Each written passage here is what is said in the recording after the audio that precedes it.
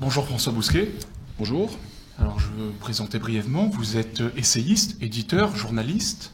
Vous êtes rédacteur en chef de la revue Éléments et propriétaire de la nouvelle librairie depuis cet été, donc depuis juillet 2018.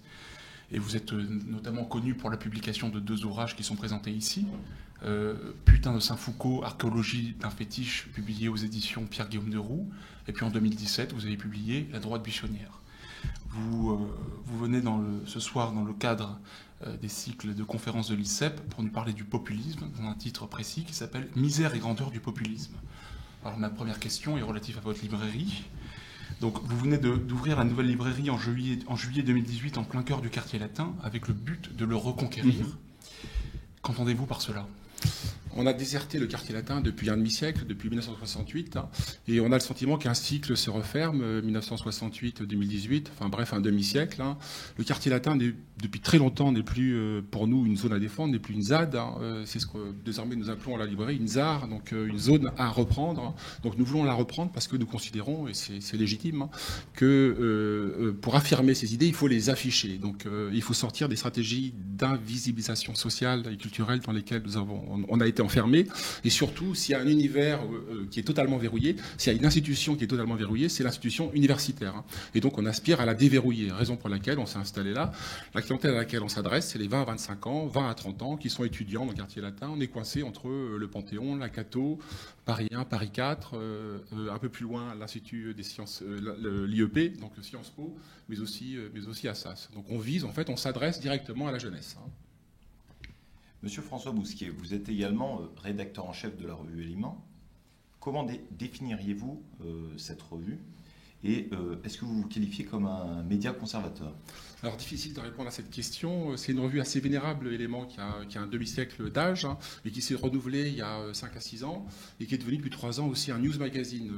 L'ADN, le cœur nucléaire d'Éléments, c'est d'être un laboratoire d'idées. Un laboratoire d'idées qui touche le public le plus large possible. Conservateur, oui, si on considère que nous ambitionnons de fédérer un conservatisme de gauche et de droite, populiste pareillement. Si nous pouvons fédérer et faire converger à travers une convergence des luttes un populisme de droite et de gauche, mais le fond d'Éléments, c'est le polythéisme des valeurs, le polythéisme des identités, c'est la dimension identitaire et différentialiste. C'est l'identité pour tous. Ça, c'est le cœur nucléaire de la revue Éléments. Et alors, vous venez nous parler du populisme. Pouvez-vous nous définir ce terme ? Alors là, c'est une gageure, définir le populisme, parce qu'on n'a pas de concept du populisme en sciences politiques, il n'y en a absolument aucun, en tout cas il n'y a pas un consensus des chercheurs, et surtout les populistes, dont je suis, n'ont pas produit un corpus théorique positif. Si vous voulez, il y a une théorie positive du fascisme, c'est Gentile qui l'a produite, du communisme, c'est Marx et les marxistes, du libéralisme, n'en parlons pas, entre Benjamin Constant, Tocqueville et quantité d'autres. Le populisme n'a pas encore accouché de sa théorie sociale, pour un tas de raisons. Donc il est assez difficile de définir le noyau dur du populisme. Je crois malgré tout que, comme le dit Alain Benoît dans le moment populiste, c'est qu'il y a une substitution du clivage droite-gauche, qui est un clivage horizontal, qui balaye l'espace politique de la droite vers la gauche et réciproquement, par un clivage vertical. Et le clivage vertical est central, c'est-à-dire les élites contre le peuple, eux contre nous. C'est une déconstruction, le populisme, du mot démocratie. La démocratie, c'est quoi ? C'est le démos, c'est le kratos. Or, on est confronté à un kratos sans démos, un pouvoir sans peuple et un peuple sans pouvoir. C'est dans ce hiatus que naît le populisme. Mais c'est un phénomène qui n'est pas sans ambiguïté, parce qu'il est polysémique. Et il souffre encore plus, me semble-t-il, mais c'est le sujet sur lequel je vais intervenir ce soir, qui souffre encore plus d'indéfinition. Le politologue bien connu Jean-Yves Camus a théorisé le populisme de prospérité. Trouvez-vous ce terme pertinent ? Et autre question, est-ce que le populisme, est-ce que c'est un phénomène singulier au pluriel ? C'est un phénomène pluriel, le populisme. Ça ressemble à un inventaire à l'après-Vert. La seule chose qu'on peut faire pour décrypter ce phénomène-là, c'est se livrer à une phénoménologie du phénomène populiste. Parce que si les populistes ont une conception homogène du peuple, s'ils ont une perception du peuple comme comme unitaire, comme un tout organique, comme une totalité, les populismes sont hétérogènes. Vous citez ce populisme, Miguel Brusquier parle de populisme de marché. On rentre en conjonction. Il y a un populisme, Taguieff parle d'un populisme national identitaire, Dominique Régnier d'un populisme patrimonial. La formule de David Goudart, moi, je me suis dit beaucoup, c'est un populisme décent. Quoi de commun entre le populisme sud-américain, enfin latino-américain et le populisme européen? Quoi de commun entre le Front National, Rassemblement National et l'UDC en Suisse, hein? Là, pour le coup, l'UDC, les pays du Nord, les pays protestants, font valoir un populisme de marché. Mais s'il y a une dimension commune à tous ces populismes-là, malgré tout, c'est la crise de l'identité. C'est les peuples qui sont menacés, dont on confisque à la fois la souveraineté, ça c'est un trait du populisme, mais dont aussi également on veut confisquer l'identité. Donc on le retrouve à peu près un peu partout. Mais il y a un populisme de riches et de pauvres, ça de fait. Hein. Les récentes élections donc, dans le monde occidental marquent l'arrivée au pouvoir de mouvements dits populistes. Êtes-vous d'accord avec cette analyse ou faut-il utiliser une autre terminologie comme les démocraties illibérales? Moi je préfère le second terme, mais malheureusement il ne s'est pas encore imposé. C'est un terme qui est familier aux oreilles des chercheurs, des universitaires, mais pas du grand public. Mais la notion d'illibéralisme, c'est-à-dire le libéralisme pourvu d'un préfixe privatif, donc le non-libéralisme, est beaucoup plus séduisant parce que ça donne un contenu au populisme.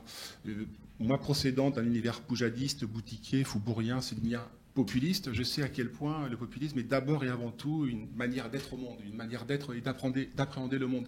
D'abord un style. Hein. Le contenu provient du libéralisme.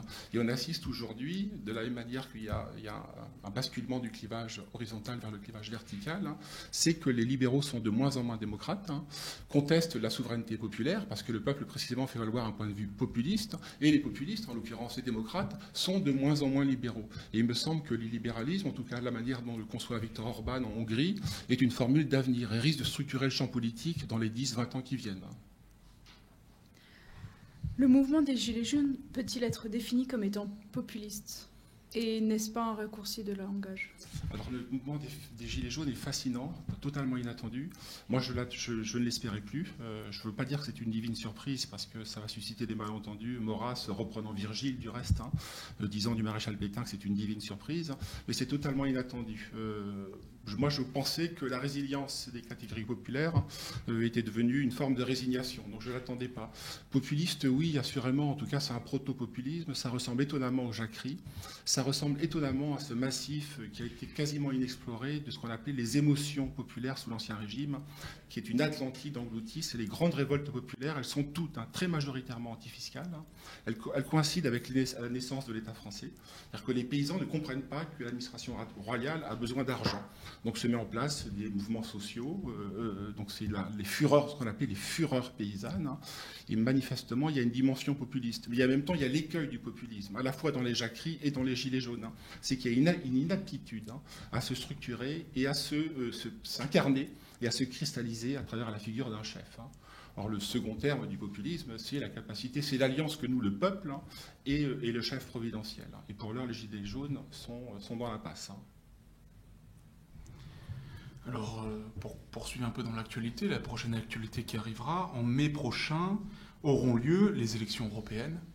Et donc la question qui nous vient à l'esprit, c'est pensez-vous qu'elles marqueront une phase d'apogée du populisme en Europe? J'espère pas, j'espère que ça n'est qu'un début. J'espère que le populisme, au contraire, va être la réponse. Je crois que si fondamentalement, dernière analyse, si le phénomène populiste est en train de devenir dominant, est en train d'être l'énergie, la tension électrique de notre temps, c'est parce que un des deux besoins fondamentaux de l'âme humaine n'est pas assuré. Un des besoins de l'âme humaine, c'est l'autonomie, c'est la liberté, et ça, c'est surabondamment fourni depuis les Lumières, depuis le processus d'émancipation. Mais l'autre besoin de l'âme humaine, c'est la protection identitaire. Et la protection, c'est évidemment la frontière. La frontière, ça n'est pas une fermeture, ça n'est pas une clôture. Les frontières, par définition, sont poreuses, pas peureuses. Il n'y a pas de lapsus de ma part. Et je crois, j'espère en tout cas que c'est le phénomène d'avenir qui va clôturer le cycle de la modernité. En tout cas, le cycle ouvert en 68, qui va accélérer ce que Karl Popper appelait les sociétés ouvertes. Et les sociétés ouvertes, le mythe de l'efficience des sociétés ouvertes est en train de s'effondrer sous la pression migratoire. Donc j'espère que le populisme sera, sous la forme de la démocratie libérale, par exemple, une des réponses que seront apportées les peuples européens aux menaces qui pèsent sur eux. D'accord. Écoutez, je vous remercie pour toutes ces réponses.